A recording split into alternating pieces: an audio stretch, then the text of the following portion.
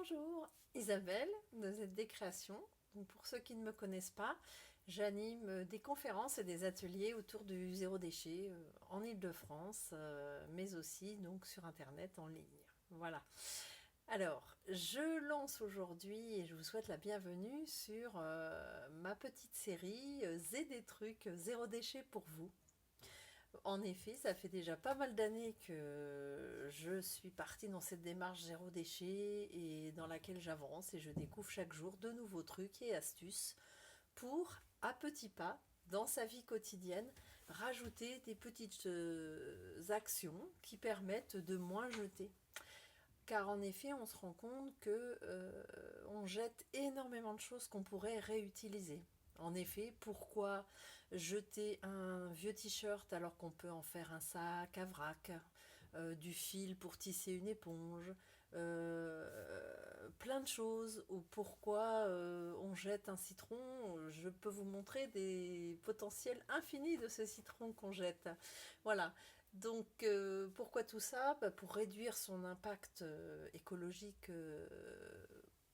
quotidien, en famille. Et comme on dit, c'est pas parce que on ne peut pas tout faire qu'il faut rien faire. Et le but que j'ai à travers ces petites séries que je vous propose, qui seront très courts, avec des astuces et des trucs à faire dans le quotidien, très simple à mettre en œuvre, en famille, avec ce que vous avez sous la main. C'est ça le but, hein, c'est de vous redonner un peu un regard sur tout ce que vous avez chez vous, que vous avez l'habitude de jeter.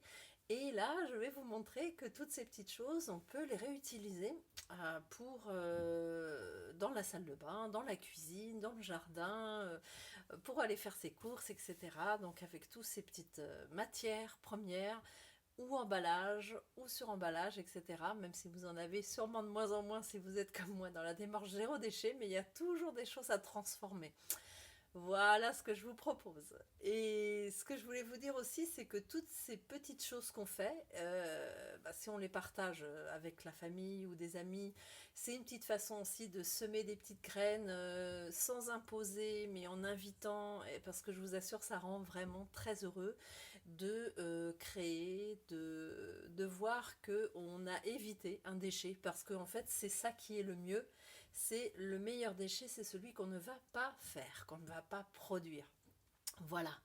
Et comme disait Jean-Yann, un comédien d'un autre temps que j'aime beaucoup, tout le monde veut sauver la planète, mais personne ne veut descendre les poubelles. Alors, ce que je vous propose maintenant, c'est de réduire vos poubelles. Voilà, drastiquement, vous allez voir, avec tous ces petits pas, tous ces petits actions très simples. Vraiment, la simplicité, c'est très important pour moi. Simplicité et pas aussi vers l'autonomie. Parce que si vous transformez des choses qui vont vous devenir utiles pour vous, votre maison, votre jardin, votre soin, votre beauté, etc., c'est des choses que vous n'allez pas acheter, c'est des choses que vous savez maintenant, vous allez savoir les faire, ce que vous mettez dedans, avec quoi c'est fait.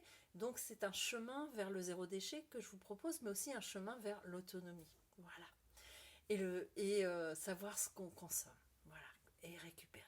Alors on y va, ça vous dit? Alors je commence aujourd'hui avec quelque chose de très quotidien qui se passe dans votre cuisine. Je vais vous montrer. Donc aujourd'hui, moi, j'ai fait cuire du riz.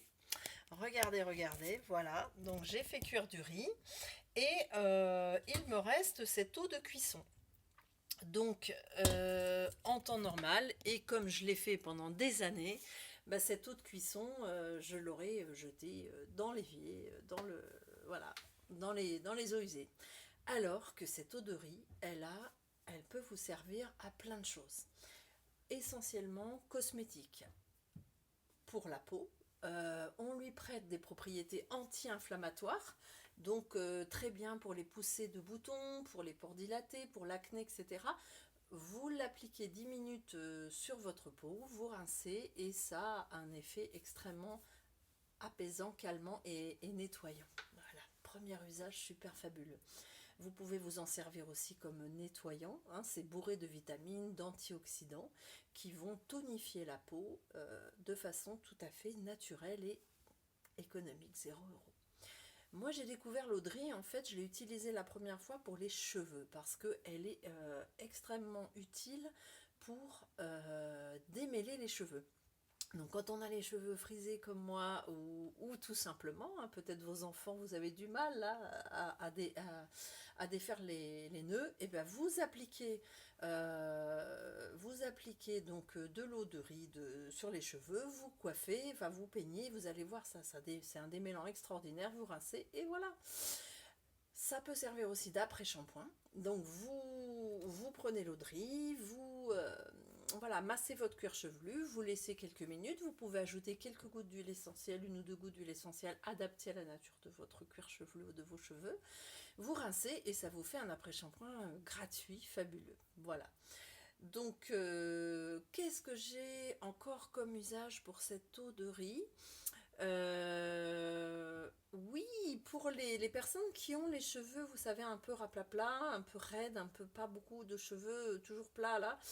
Alors, c'est fabuleux. Vous prenez l'eau de riz, vous la diluez à 50% avec de l'eau, du robinet, hein, de l'eau normale. Vous mettez dans un spray et ensuite vous prenez et schlick schlick, vous pchitez un petit peu de ce mélange, voilà, en soulevant les cheveux et vous en mettez à la racine, voilà, vous laissez sécher et ça va vous garder un volume, voilà, extra. C'est pas beau ça? Voilà, voilà. Donc vous voyez, quelque chose de très quotidien, de très simple. Soit dit en passant, toutes les eaux de cuisson, beaucoup d'eau de cuisson en tout cas, méritent d'être gardées et surtout pas jetées. Par exemple, l'eau de cuisson des pommes de terre fait un excellent désherbant.